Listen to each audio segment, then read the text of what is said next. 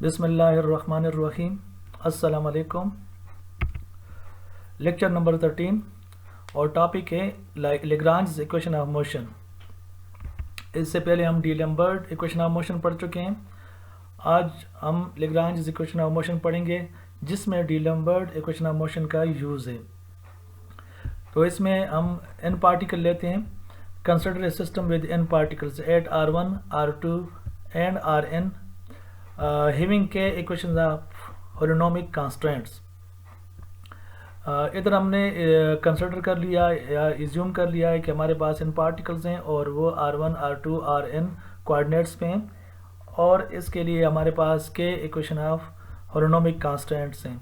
जब इस तरह हम k इक्वेशन ऑफ हॉलोनोमिक कांस्टेंट ले लेते हैं तो हमारे पास फिर जैसे सिस्टम ऑफ पार्टिकल अगर हमारे पास n पार्टिकल्स पे मुश्तमिल है तो वो उसके कोऑर्डिनेट्स हमारे पास फिर 3n होते हैं, जैसे इससे पहले हम पढ़ चुके हैं।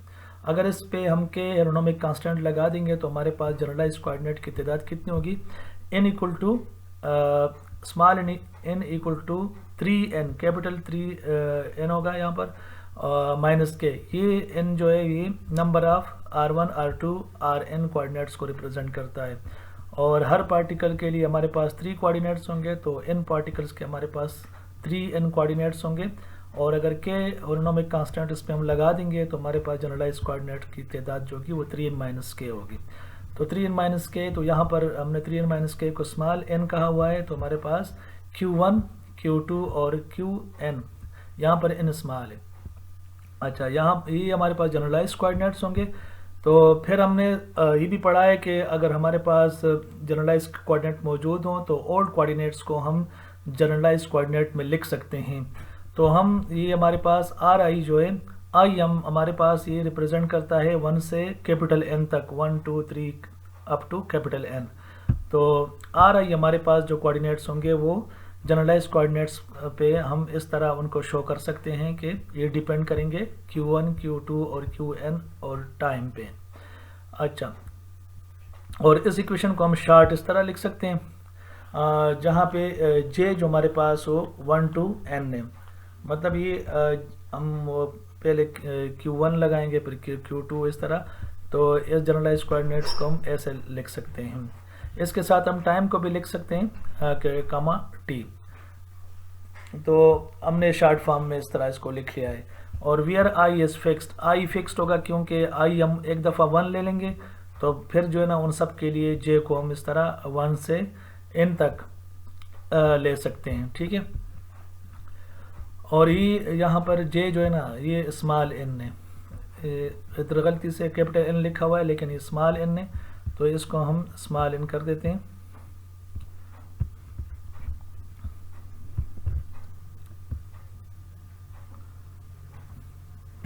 ठीक है, ये स्मॉल n है।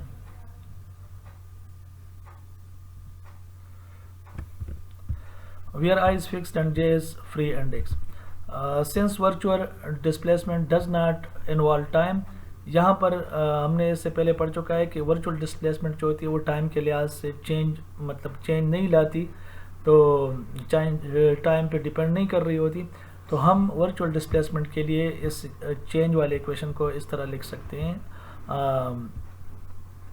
क्यू एन कोऑर्डिनेट्स के लिए अगर इसको हम लिखेंगे कि R I n generalize coordinate पर डिपेंड करेगा तो डेल्टा आर आई हम इस तरह लिख सकते हैं और इसको हम समेशन फॉर्म में फिर इक्वेशन 2 की फॉर्म में लिख सकते हैं, ठीक है।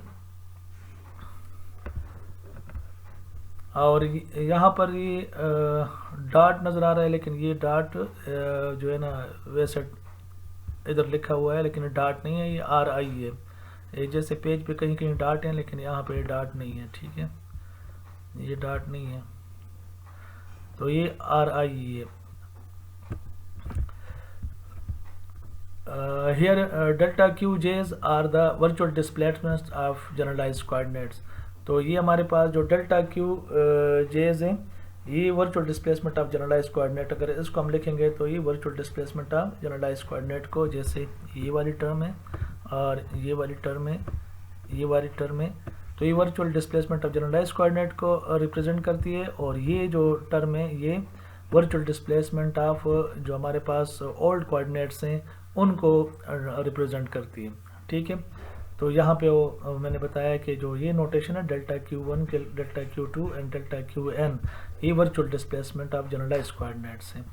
इसी तरह फ्रॉम इक्वेशन 1, अगर इक्वेशन 1 में हम टाइम डेरिवेटिव लें तो इक्वेशन 1 हमारे पास ही है, इसका टाइम डेरिवेटिव लें तो हम इसको ऐसे लिख सकते हैं आर आई डॉट। तो इससे पहले ये डॉट नहीं था, यहाँ पे डॉट नहीं है। ठीक है, तो आर आई डॉट जो है ये D R I by D T, और इसको हम जो टोटल चेंज है उसकी फॉर्म में ऐसे लिख सकते हैं। ठीक है, इसके बाद आर आई डॉट को हमने सिंप्लीफाई किया तो यहाँ तक की टर्म में जो है उनको हमने समेशन फॉर्म में लिख दिया, और इससे आगे जो टर्म है उसको हमने अलग लिख दिया। ठीक है, नेक्स्ट स्टेप में तो ये समेशन फॉर्म में लिख ले गया। यहाँ पे क्यू जे डॉट आ रहा है, तो क्यू जे डॉट इस वजह से आ रहा है कि यहाँ पे Q1 इसका derivative with respect to time, इस तरह Q2 का derivative with respect to time और Qn का derivative with respect to time.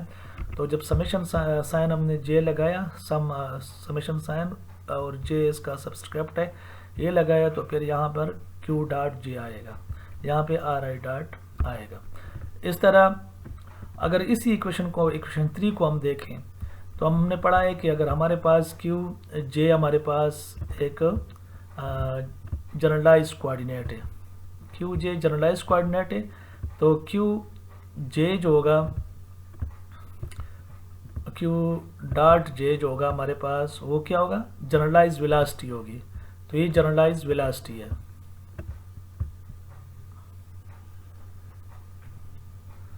Velocity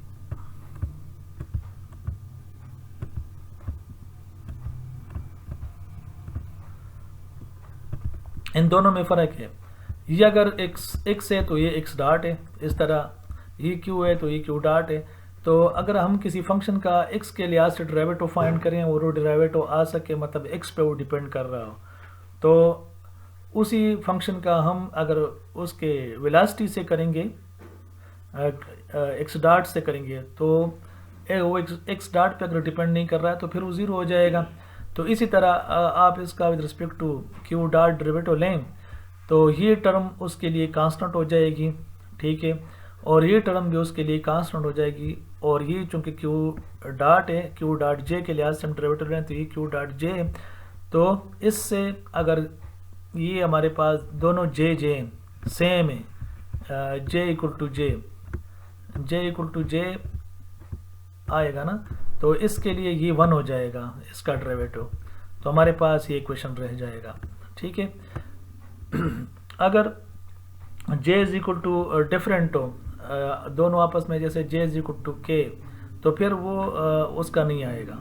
ठीक है, तो अगर j is equal to j same है तो फिर जो है ना ये डेरिवेटिव 1 यहाँ पे 1 आ जाएगा और ये हमारे पास रह जाएगा।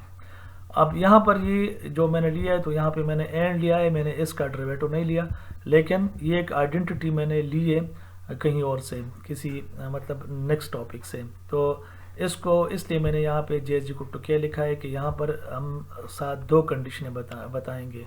अगर j इक्वल टू k होगा, j और k सेम होंगे तो फिर 1 आएगा, अगर j और k डिफरेंट होंगे तो फिर 0 आएगा। ठीक है, तो वो हम लिखेंगे। तो ये जो इक्वेशन है वो हमारे पास j इक्वल टू k के लिए कि दोनों सेम है, तो यहाँ पे हमने 1 लिखा है। इधर मैं इसको अब इसको ड्राइव करता हूँ।